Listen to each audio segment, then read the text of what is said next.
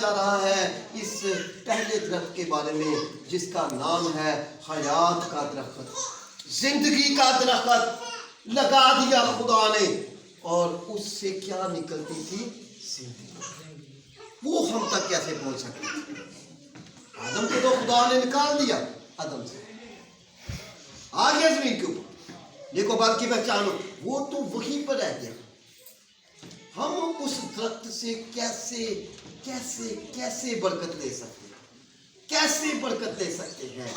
وہ درخت آپ کی زندگیوں کے ساتھ کام کرتا ہے، جو بائبل آپ کے ساتھ کام کرتی ہے۔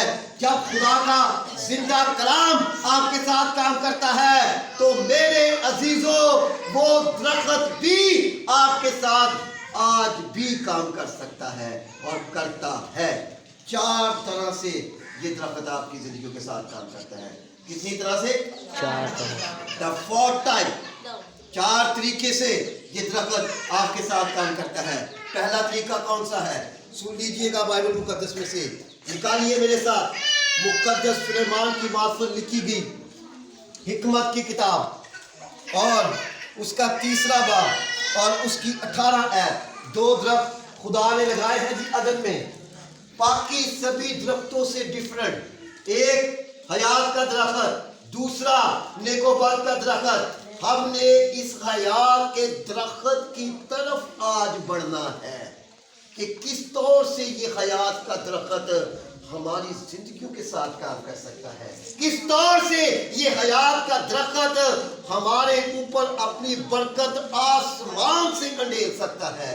تو پہلی اس کی خاصیت کو آپ دیکھ لیجئے گا، پڑھو بیٹے امثال 3 کی 18 سے۔ جو اسے پکڑے رہتے ہیں، ٹھہرو 2 سے پڑھو، سنو ذرا غور سے خدا کی کلام پڑھو بیٹے۔ کیونکہ تو ان سے عمر کی درازی اور پیری اور سلامتی حاصل کرے گا۔ شفقت سچائی تجھ سے جدا نہ ہوں۔ شفقت اور سچائی خداوند کے نام کی حقیقت کبھی بھی تجھ سے جدا نہیں ہوگی اگر تو اپنے خدا کی پورے دل، پورے جان اور پورے عقیدت کے ساتھ عبادت کرے گا۔ تو بائبل کہتی ہے کہ وہ تجھ سے جڑا رہے گا اور اس کی سچائی ڈال اور سیپر بن کر تیری حفاظت کرے گی۔ پڑھو بیٹی آگے۔ تو ان کو اپنے گلے کا توق بنانا اور تو ان کو اپنے گلے کا توق بنانا، پڑھو بیٹی آگے، اور اپنے دل کی تختی پر لکھ لینا۔ ہاں، تو یوں خدا اور انسان کی نظر میں مقبولیت اور عقل مندی حاصل کرے گا۔ آمین۔ 3 کی بیٹی یہاں سے اور آپ زیادہ اوپر چلے گا 18 سے، یہاں سے پڑھو بیٹی، یہاں ہاں یہیں سے ایگزیکٹ، ہاں پڑھو سن۔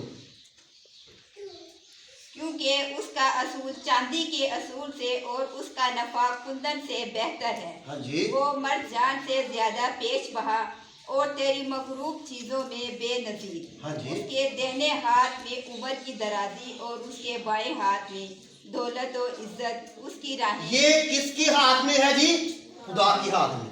دائیں ہاتھ میں کیا ہے؟ عمر کی درازی، اور بائیں ہاتھ میں کیا ہے؟ دولت و عزت۔ اب یہ خدا فرما رہا ہے، سن لیجئے گا، 4 طریقوں سے یہ حیات کا یہ حیات کا درخت آپ کی زندگی کے اوپر برکت دے سکتا ہے۔ بائبل میں لکھا ہوا ہے، سن لیجئے گا پہلی برکت کے بارے میں۔ ہاں جی آگے پڑھیے گا، خدا فرما رہا ہے، ہاں جی، اور اس کے سب راستے سلامتی کے ہیں۔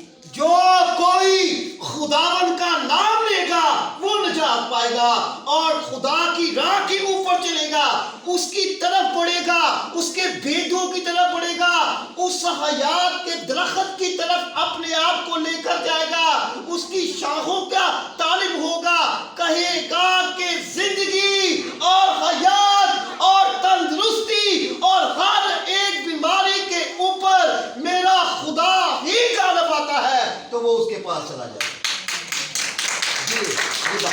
یہ بائبل میں لکھا ہوا ہے، آگے سنیے گا، پڑھو پڑھو بیٹے۔